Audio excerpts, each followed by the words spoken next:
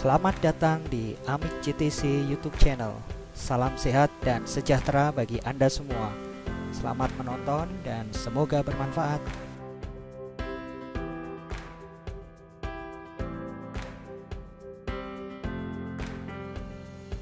Salam berjumpa kembali dalam kelas Visual Fox Pro atau pemrograman Visual 1.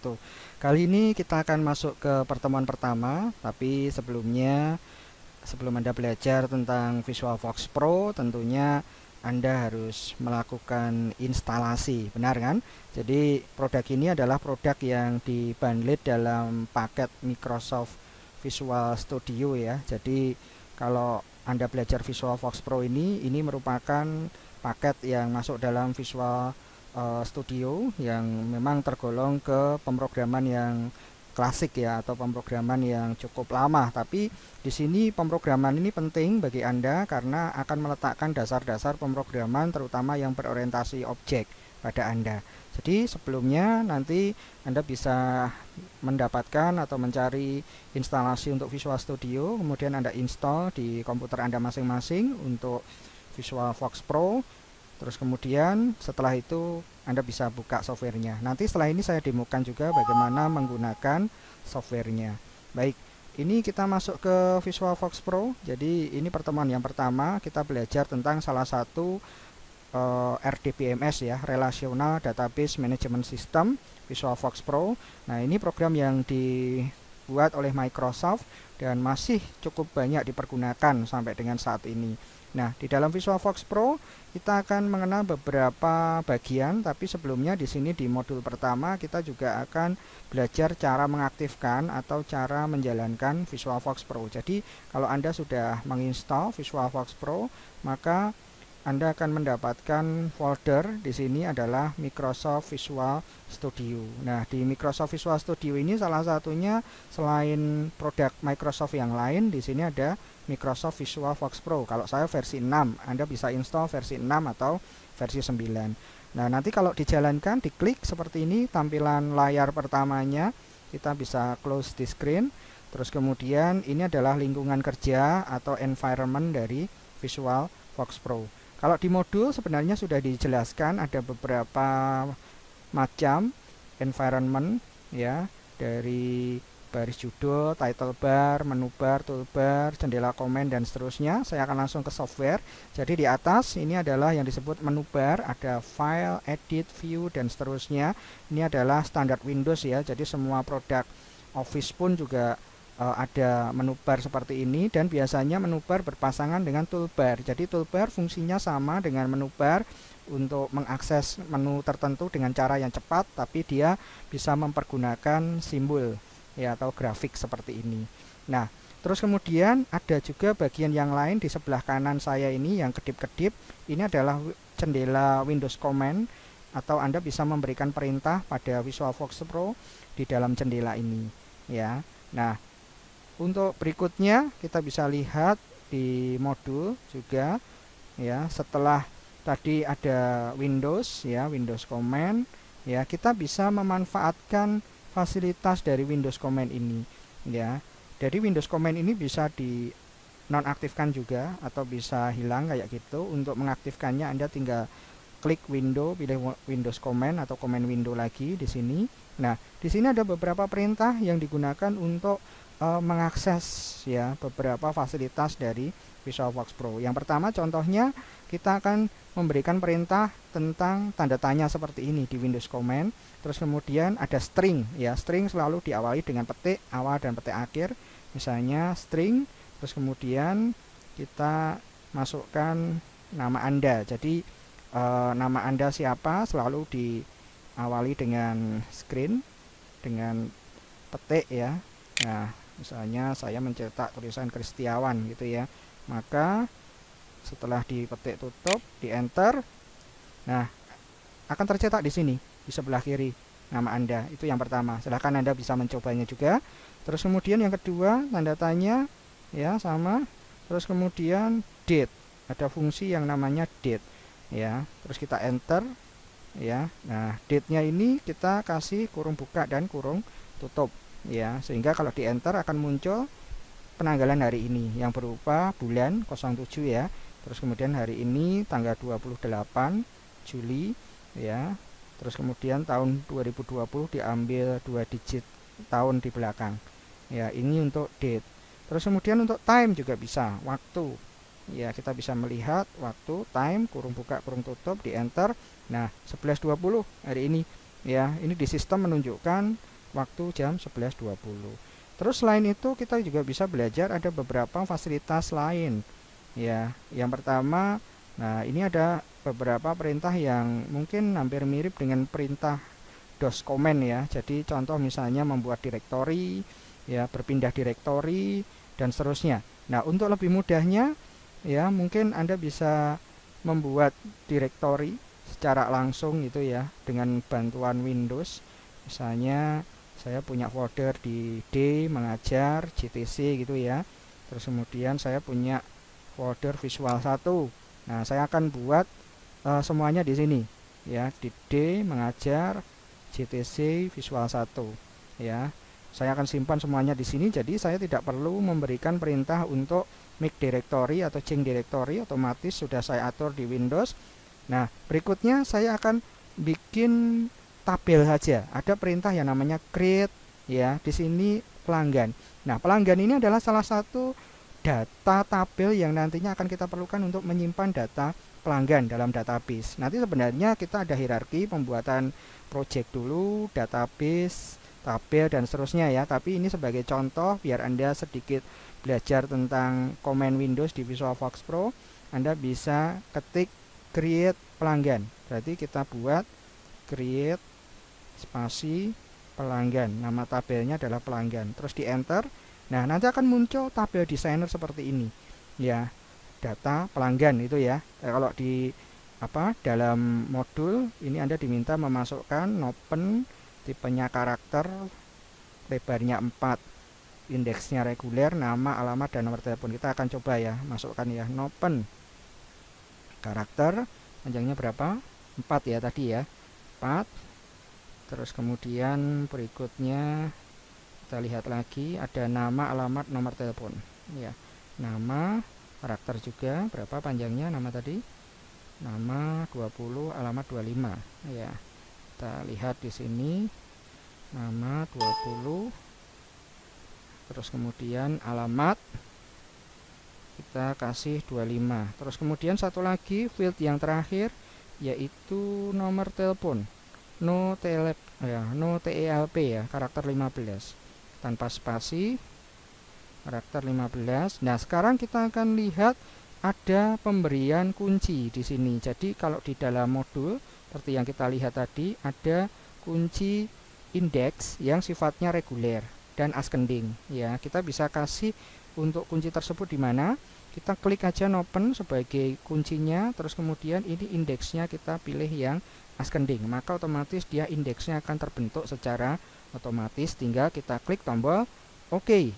Nah, terus kemudian akan ada pertanyaan, input data record now, itu artinya Anda mau input data sekarang atau tidak ya. Jadi di dalam sistem ini Anda boleh input data secara langsung di tabel atau Anda bisa input data nanti ya. Jadi ini sudah. Nah, ini Anda juga diminta memasukkan data ini ya.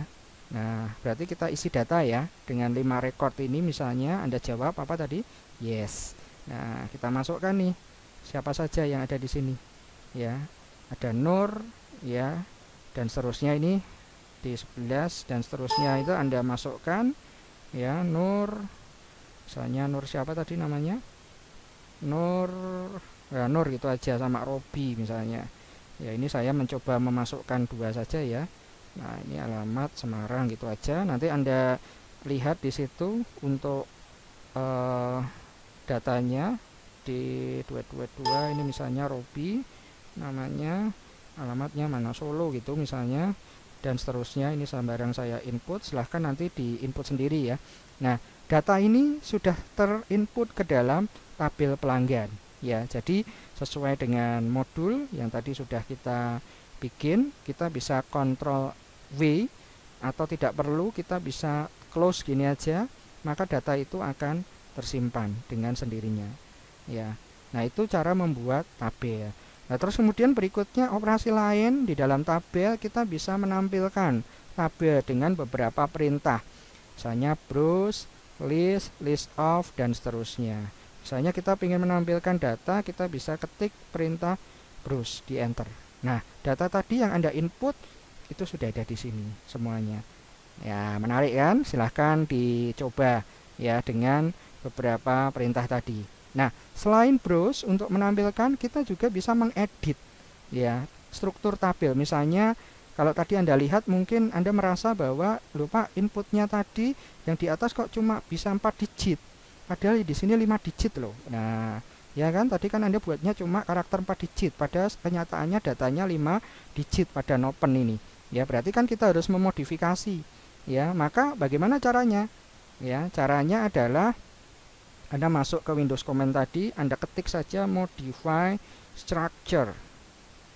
Modify structure seperti ini, terus Anda enter. Nah, maka dia akan kembali lagi ke struktur tabel tadi. Anda bisa ganti width-nya ditambah 1 menjadi 5, terus Anda klik OK. Do you want to change permanen? Anda klik yes saja.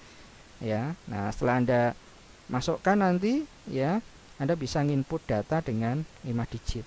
Anda juga bisa input data juga lewat browse ini.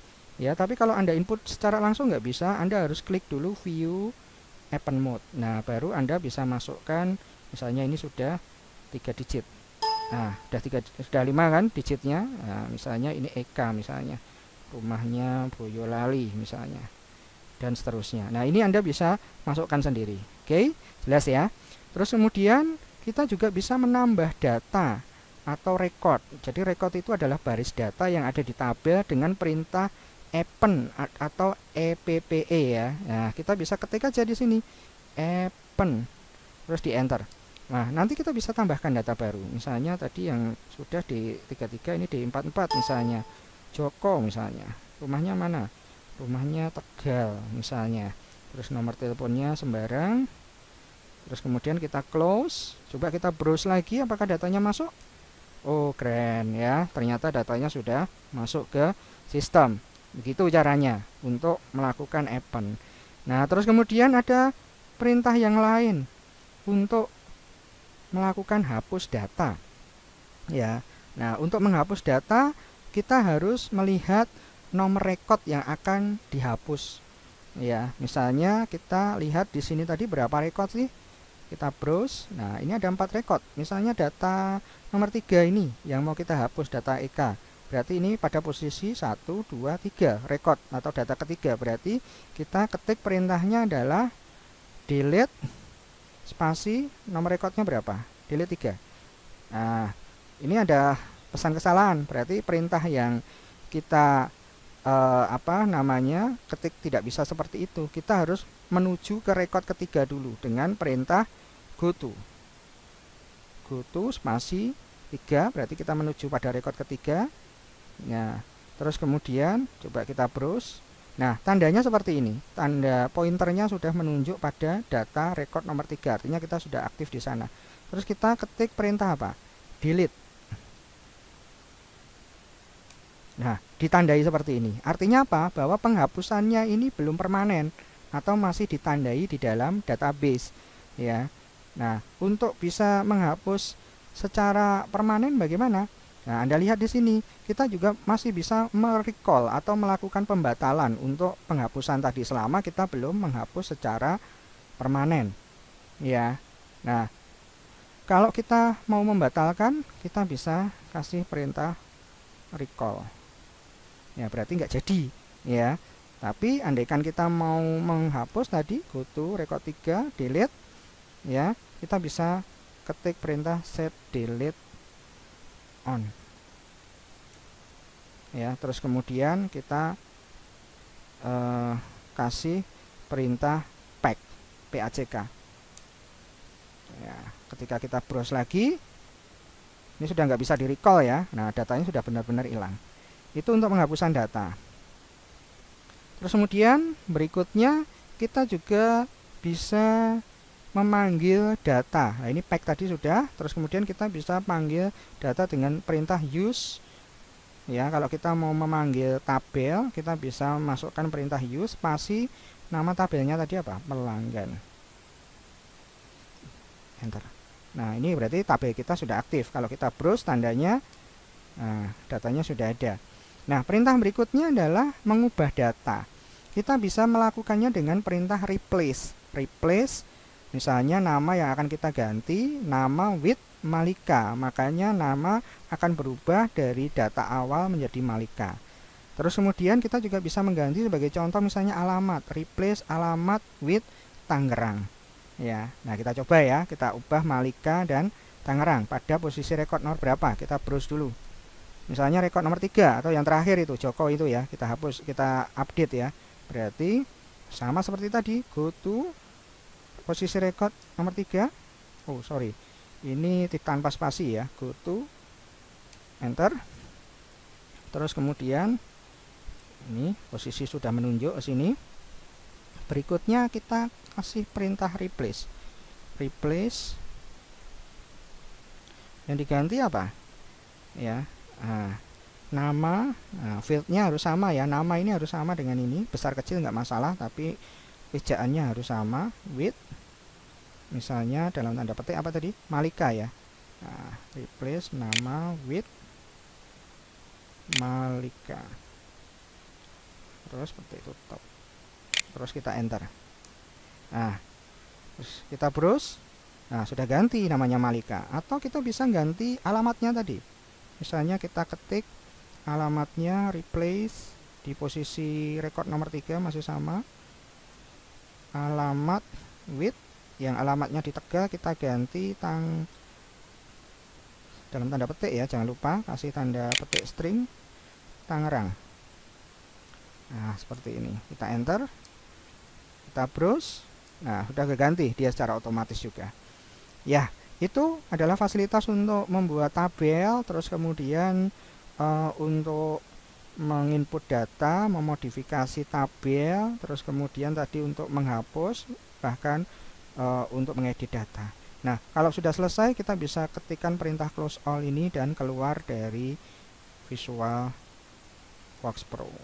Nah, demikian materi yang pertama ini. Silahkan dicoba untuk tugasnya, silahkan install Visual Fox Pro dan dicoba untuk beberapa materi penugasan dari saya. Demikian, terima kasih, selamat siang semuanya.